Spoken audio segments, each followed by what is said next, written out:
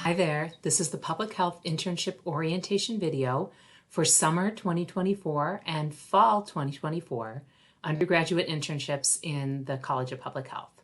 This is being presented in spring of 2024, so let's get started. First thing to note is that the video is narrated, so adjust your sound as needed, and there will also be an option to watch this with closed captioning. This is going to be available through YouTube or on our Public Health Internship page, which is probably where you found this in the first place.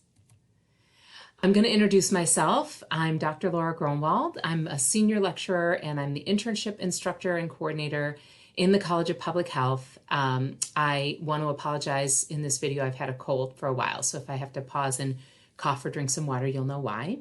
I have been in this role for about 4 years now, and I really like working with students in this capacity because it's such a cool experience to do your internship. A lot of students say it's their favorite thing that they've done in the College of Public Health and at the U of A when they finish doing it. So I'm here to help guide you. Your advisor is also going to be a great resource to help you figure out what semester to do this internship and how it works in with your other coursework. So I have been an educator for about 21 or 22 years now.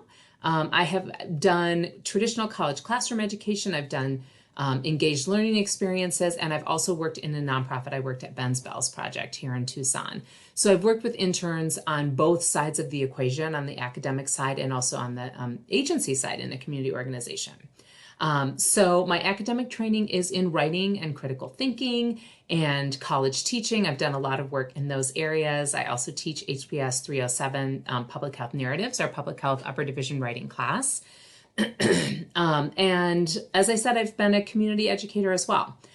So I am here to help, and I'm excited for you to embark on this new internship experience. I'd like to read our land acknowledgement statement from the U of A at this point. We respectfully acknowledge the University of Arizona is on the land and territories of indigenous peoples. Today, Arizona is home to 22 federally recognized tribes, with Tucson being home to the O'odham and the Yaqui. Committed to diversity and inclusion, the university strives to build sustainable relationships with sovereign Native nations and indigenous communities through education offerings, partnerships, and community service. So this is what I'm going to cover in the orientation video today. I'll go over all these things so you'll understand what will count for your internship, the hours you'll need, tips for finding and securing an internship, and the forms that you'll have to fill out in order to get enrolled. So there is a worksheet that you need to complete while you're watching this video. So if you don't have that already before you, open and ready to go, I suggest pausing the video and then getting that ready to go so that you can be filling this out as we go through this orientation video.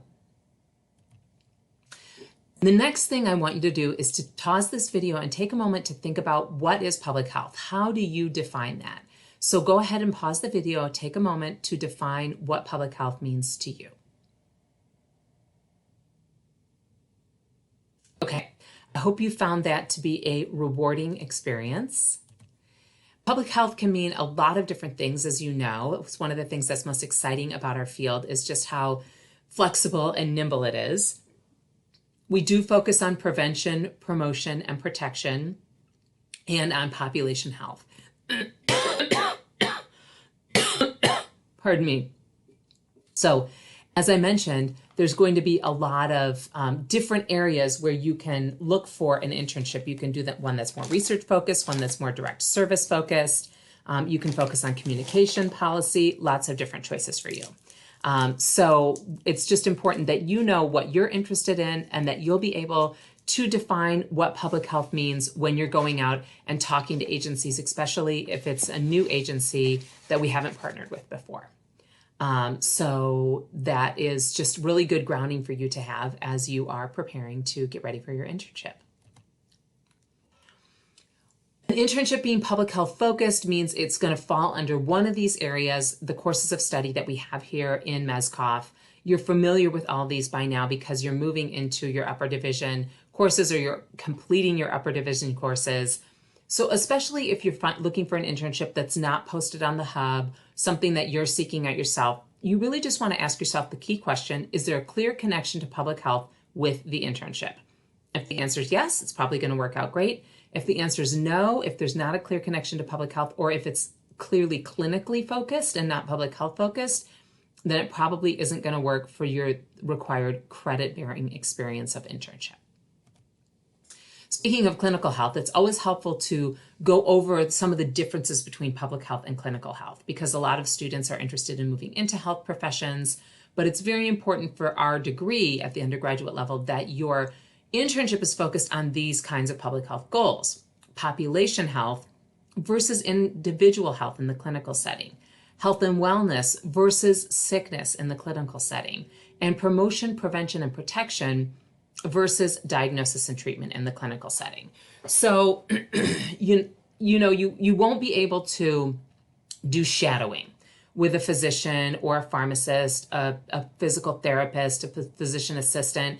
That would not count for your public health required internship. That will be a valuable experience for you to have, and you should by all means seek those out, but just know that that would be something you'd be doing as a volunteer, not as your required public health internship. This is not to say you can't do a public health internship at a clinical site. Certainly we've had students do that at Banner, at El Rio, at TMC, but in that clinical site, you would still be doing a public health project that would be focused on the goals and the areas here listed on this slide. So if you've got any questions or concerns about what qualifies as a public health internship, make sure you ask and we can figure that out together. So some students are also often curious about why we have this public health requirement for graduation. And among the many reasons, we really want you to get this hands-on experience to be able to translate those concepts from the classroom into the real world and to have this pre-professional experience. This will often help you clarify your interests within public health and healthcare. Some students will emerge from their internship with a very different idea of where they want to take their career that they wouldn't have known if they hadn't had that hands-on experience. This will help you have exposure to the professional working world, which will prepare you for life after graduation, and it will expand your professional network. So there's a few options for your coursework in the internship in public health. Everybody who graduates with a public health degree has to complete a required internship, HPS 493A, for 6 units. That's required for graduation. Honors students can enroll for 493H, and then students who have already completed the required internship units or are earlier in their career, let's say their sophomore year, can complete the elective internship experience, 493B. So the required internship, as I mentioned, there's 6 units required to graduate. You have to complete these prerequisites before you can enroll. HPS 350 must be completed. You need public health major status. You have to complete this orientation and worksheet. And then you find and secure an internship, and then you have a completed and signed work plan and preceptor agreement that you submit. You will also submit a resume for your preceptor, not your own resume, but your preceptor's resume. And you'll submit those all to a D2L site, a D2L internship prep course site for my review. With honors internship students, they do all the same things as HPS 493A required internship students, but you're also enrolled in the Honors College, and there's an extra honors assignment. And you turn in those same forms as we just went over on the previous slide, and you submit them on the D2L prep course site. For the elective internship, this is not required to graduate, so sometimes students will add this on, or sometimes they'll do it before they're accepted into the professional major. You still need to have HPS 178 and HPS 200 completed, and you need, in addition to that, 6 units of other public health coursework completed. And then you go through all the other steps that the other students do. Public health orientation, internship video, and worksheet completed. You do that completed inside work plan and preceptor agreement. You also get a resume for your preceptor, and you submit those forms on the D2L site. So how many units do you enroll in?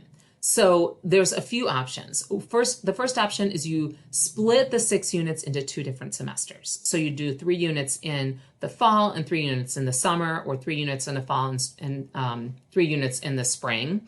The second option is to complete all 6 units in 1 semester, and this is a bigger lift, but a lot of times students do it this way for the summer in particular, when some of the other coursework is not as demanding. And then there's the third option, which is that you complete 2 internships for 3 units each at 2 different agencies. This is less frequent, but students do this sometimes to get more exposure, or there's one 3-unit opportunity and then that comes to a close, and so they find another one. So lots of options for you. And again, you'll want to talk with your advisor about what's going to work best for your plan with all of your other classes and graduation plans. A note on enrollment for summer 2024. All students in the summer are enrolled for the 10-week summer session. So that's Monday, June 3rd through Wednesday, August 7th. During the summer, students cannot exceed the university maximum limit of 18 units.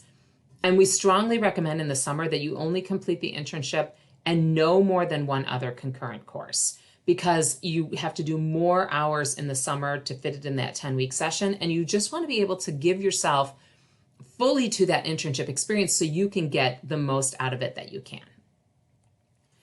Note that tuition and fees are assessed in the summer. So you'll want to visit the UA Office of Scholarship and Financial Aid webpage to get important information about summer financial aid.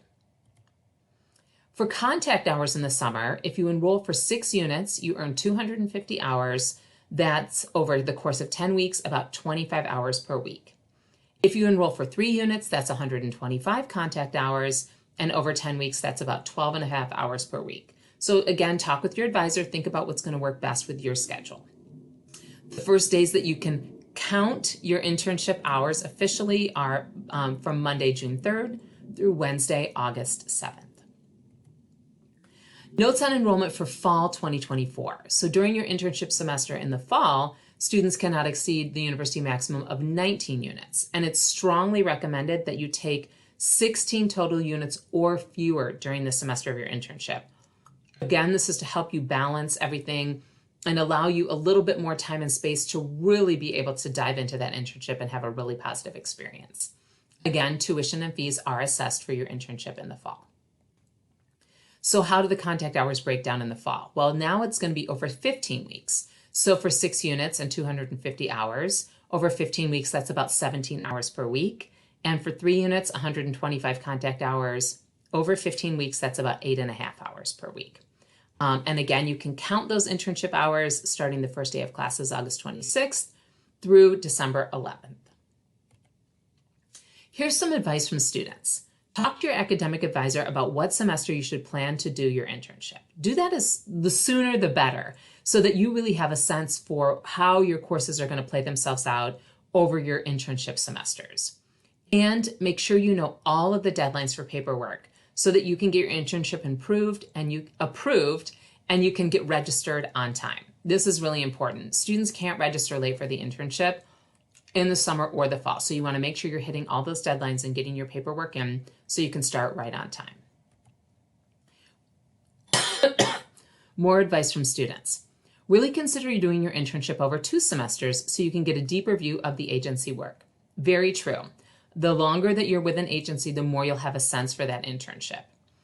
A benefit of doing 2 internships is that I now have a larger professional network. So you can see that there's going to be lots of ways that you can do your internship and fit it in with your coursework and get benefits regardless of which choice you make. There's going to be pluses and minuses to all of them.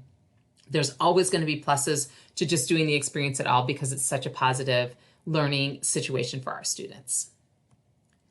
Because many opportunities come up during your internship, limit your other commitments so that you can take advantage of these cool experiences. Very good advice. And that's why we have the cap on the units, and we suggest students take as few other units as possible during their internship semesters. When planning your other classes, be sure to build in time it takes to get to your internship site. This is true too. So most students are going to have a little bit of travel time to get to their internship site. You just want to make sure you've got that time and space in your schedule during the semester or semesters that you do your internship so that you don't get stressed out by some of these logistical components. So what are responsibilities during your internship semester and while you're preparing? So your responsibilities as a student include understanding all the criteria for the internship. You conduct your own internship search, so you get to find and procure your own internship, which is really exciting. You want to be professional when you're reaching out and remember that you're representing yourself and MEZCOPH and the U of A. you want to communicate your interests and needs to your internship agency and preceptors. So this should include the public health focus and the requirement for contact hours, but also just what you're interested, what kind of skills and competencies do you want to gain in this experience? And then it's your responsibility to complete all the college and agency paperwork to get enrolled in your units. And remember, that includes a work plan, a preceptor agreement, and a resume for your preceptor. So what are the responsibilities of your preceptor? So this is your internship site supervisor. So they'll work with you to design and sign off on those required forms that we've been talking about. They will serve as a mentor. They will answer questions and resolve issues as they come up. They'll discuss issues with me as your internship instructor, should there be any that require that. That doesn't happen very often, but it's good for you to know that I am in communication with your site preceptor should you need that support. And then they will complete a midterm and final progress report for you, and they'll sign off on your activity log, which is a record of your hours and your activities and reflection that you complete throughout the semester of your internship. What are my responsibilities as the course instructor? I share opportunities with students about internship sites and post those things on the hub. I review the required paperwork that we've been talking about. I communicate with the public health advising team, and they enroll you for units. I continue to serve as an ongoing contact for you and the preceptor throughout the semester or semesters of your internship. And I grade the academic assignments that you turn in for your internship, which are largely reflective, and I assign a final internship grade for the course. More advice from students. Make a copy of the agency and preceptor responsibilities from the internship manual and give to your preceptor when you're asking about opportunities or interviewing for a position. This is smart because it allows the preceptor, if they haven't had a public health intern before, to really understand what we need an internship to look like for public health. So now some tips on finding an internship. Public health is everywhere, as you know from your courses, so you can be anywhere. So you can do your public health internship in Tucson, you can do it in Phoenix if you're based there, or if you want to go back there for the summer, or wherever you're from. We've had students do internships in Chicago who were from Chicago. We've had online students, of course, do internships in their communities. And that's great because then you are already in touch with your community and you know about the organizations. And we also have fully online internships available. There's always at least a few each semester, so you can check those out on the hub as well. So the first tip is just to start looking now if you haven't already done so. You also want to just tell people in your network, I'm looking for an internship. That can be your professors, fellow students. You can ask some of your classmates if they've done an internship, if they have recommendations, that word of mouth network. And you should also take advantage of college and university resources. So talk with your academic advisor about your interests. If you have a guest speaker in your classes, follow up with them if you think their agency might have an opportunity for you to do an internship. Read the college and campus announcements emails on Fridays. There's often information there.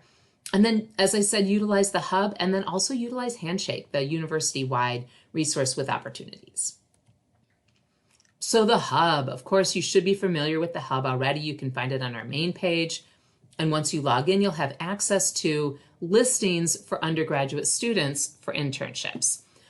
So you want to click on internships and then on undergraduate internship opportunities. And then there'll be a listing by semester. So you can look to the fall listings, you can look to the summer listings. And then at the end, there's a listing for ongoing internship projects that run any semester. When you're searching for internships on your own, and this is true of students especially who want to find something outside the Tucson area, you want to think about the keywords you're going to use for searching. So going to the hub can be really helpful because you can find keywords on there. Like here you can see the Healthy Habits After School program. So you might search for habits. You might search for employee wellness. You can see that's one of the listings here too. So let's say you live in Los Angeles and you're interested in working in an employee wellness program. You can search for employee wellness program internships, Los Angeles, and see what they have available in your area. You also want to take advantage of Handshake, which is our university-wide version of the hub, basically. And there's going to be a lot of internship and even job opportunities when you're ready for that listed there. So it's easy to use as a student. You complete your profile, and then the more time you spend on that, the more opportunities you'll find, and you can explore lots of possibilities, and you can get help for this From the UA Career Center, they have a lot of people who specialize in Handshake and can really walk you through things if you've got questions. So don't limit yourself. And what do I mean by this? I mean, think about what you want from your internship and look on the hub. But if you don't see something on the hub, then just think about the keywords, or think about somebody that you met, a speaker in your class. Look them up on LinkedIn and look at the kind of jobs that they've had and the agencies where they've worked. And maybe there's going to be one on there that's going to help you find something that's going to be a great fit for you. So the more time you put into your search, the better your experience is going to be, and the more likely you are going to be to find an internship that just feels like the perfect fit for you. So I want to go over the kinds of support that are available to you through our different university resources. Of course, we have our wonderful College of Public Health advising team. They're amazing. And as I've mentioned a couple times before on this video, you want to talk with them about when to do your internship and how it fits in with your other coursework and graduation plans. We also have the Disability Resource Center, and I want to note that the DRC is available to students who are registered with them to talk directly with your internship agency. So if there are accommodations that you need, not just on the academic side, but on the applied learning side in the internship side, the DRC can help with that. You can also always refer to the Dean of Students Office, Student Success and Retention Innovation, and the think tank. And with the think tank, I want to mention that they've got a lot of support for time management and things like that that might not seem like you would go to them for an internship, but they've got a lot of great support there as well. More advice from students. Don't be afraid to reach out to possible preceptors even when they're not listed on the hub. I was able to acquire my internship by simply reaching out to my preceptor and saying, "Do you have an internship position open?" I found a really unique opportunity that I was able to get because I asked that simple question. Absolutely, be curious and advocate on your own behalf to find something that will be a great fit for you. So what is this going to require? It's going to require being brave. So it's 100% okay to make those cold calls as a first point of contact. Something that might feel more comfortable is sending out an inquiry email or a cold email. If you don't hear back, follow up after about a week. So you want to give people a few days, pardon me, to read their email, reply, maybe even ask around at their agency. And take advantage of any opportunities that present themselves to you, as mentioned before, with speakers, reaching out to your network, just to see where can you reach out and find more information and more potential opportunities.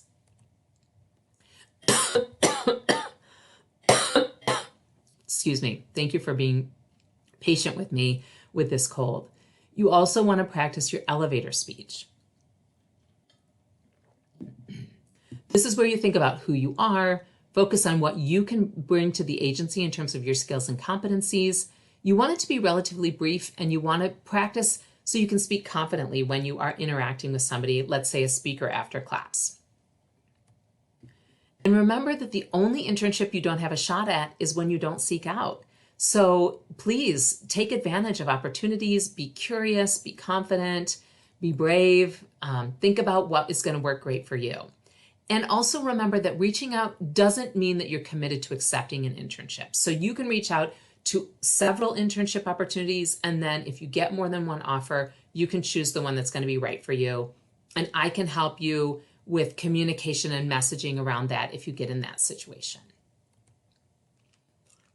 So to prepare yourself, you want to orient the agency and the preceptor to you. So have a resume available if you're meeting with them or that you can send via email. You want to orient them to public health, so make sure that you share your definition of public health with your agency and preceptor if you think they need that. And you want to orient them to the internship experience. So you could share a copy of that internship manual, which is available on the content page of the D2L prep course site. A sample draft version is available that you could show to a potential preceptor. And remember to be professional in all inquiries and interactions. You are representing yourself, you're representing MEZCOPH, and you're representing the U of A. So you want to put your best foot forward. More advice from students. Start your search as soon as you finish this orientation. This is so important. Talk to your classmates, friends, parents, mentors, advisors, everyone. Actually practice your elevator speech ahead of time. Create a spreadsheet of agencies that you reach out to and or apply to.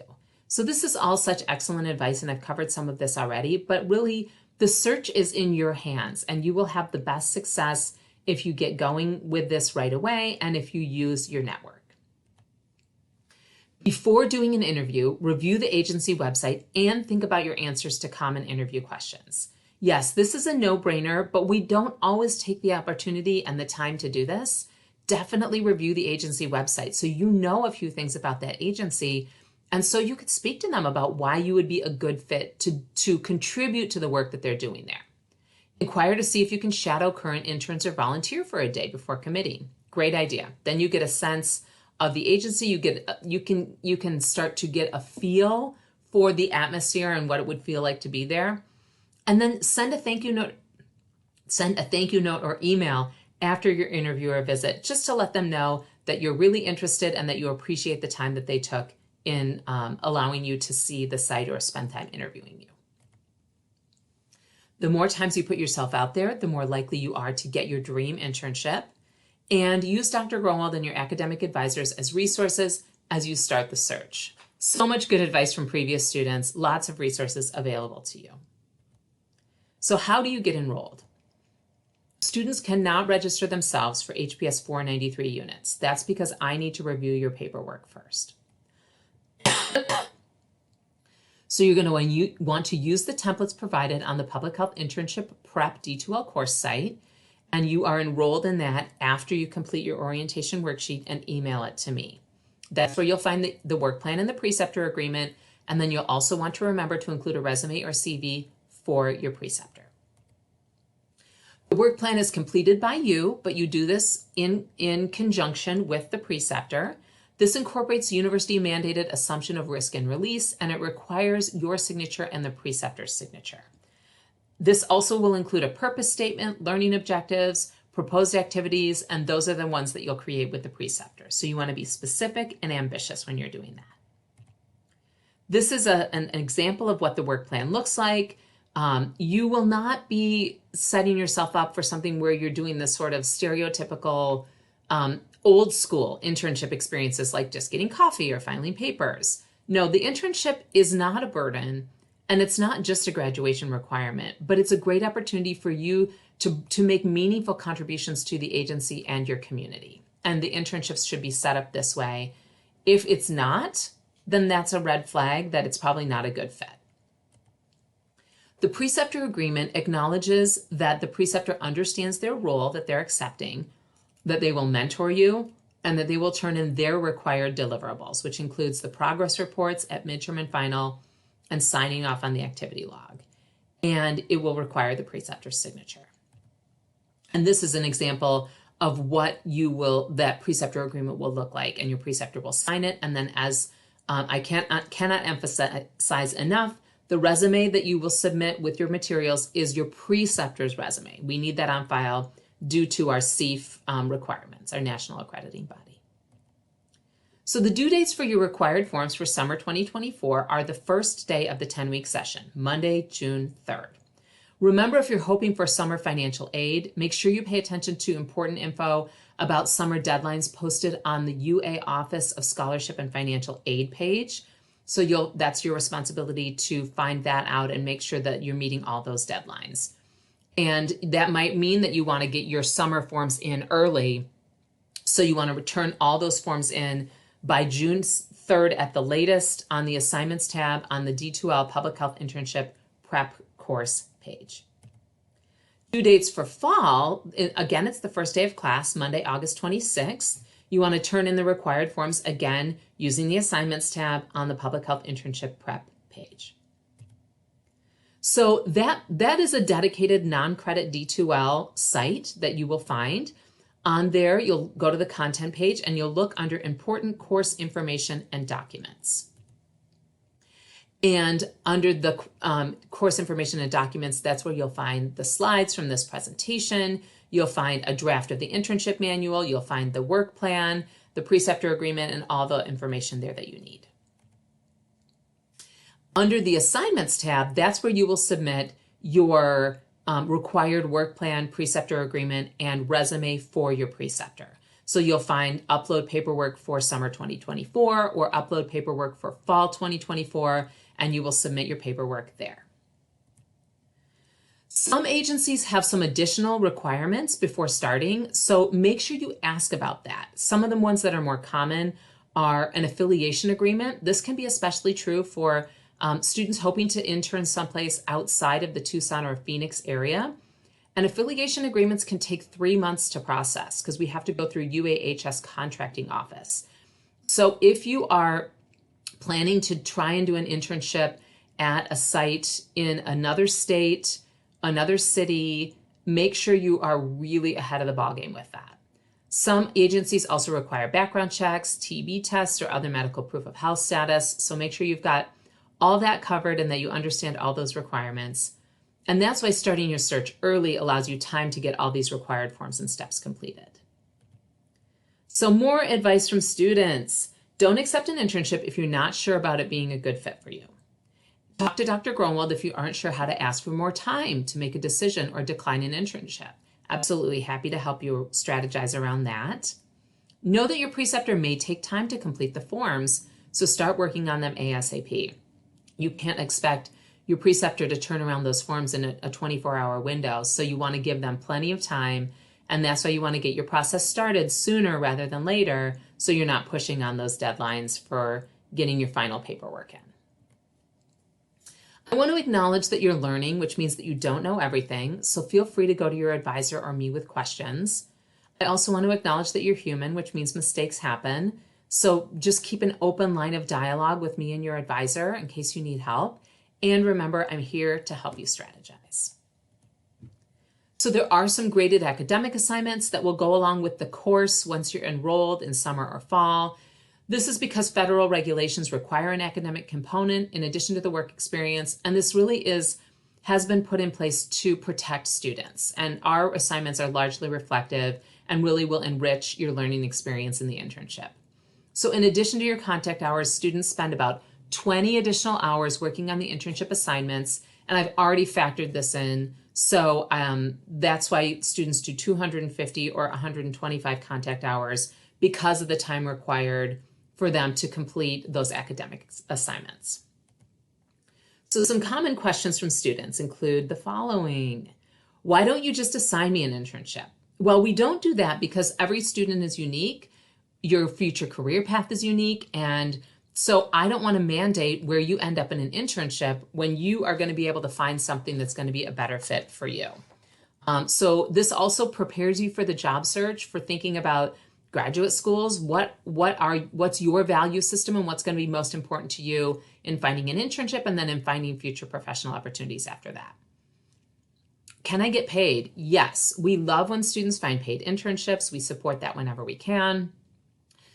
Right now, most public health internships are not paid, but anytime the student finds one, we celebrate that and support that. Can I do my internship at my regular job? The answer to this is potentially. You'll need to run that past me because the university has specific rules about doing an internship at a regular job. You need an entirely different supervisor, an entirely different set of job duties. So if that's of interest to you, reach out to me directly via email. Does my internship need to be in Tucson? No, as I've discussed, it can be anywhere that you would like it to be. Can I do multiple internships? Yes, also talked about that option. So one internship in, let's say, the fall semester and one internship in the summer semester, or one internship in the spring and one internship in the fall. You can do that. Occasionally, we have a student who will do 2 different internships during the same semester. You just need to make sure you've got time in your schedule for that. Do internships lead to jobs?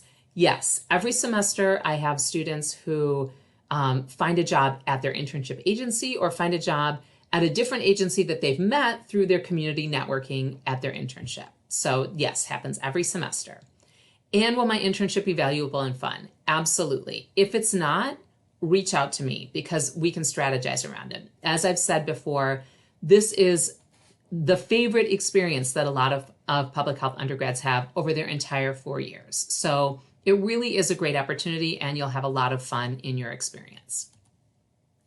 A few required notices as I begin to wrap up here. The internship instructor, college, and university are not responsible for any financial obligations, including but not limited to travel, transportation, housing arrangements, medical care for injuries related to the internship experience.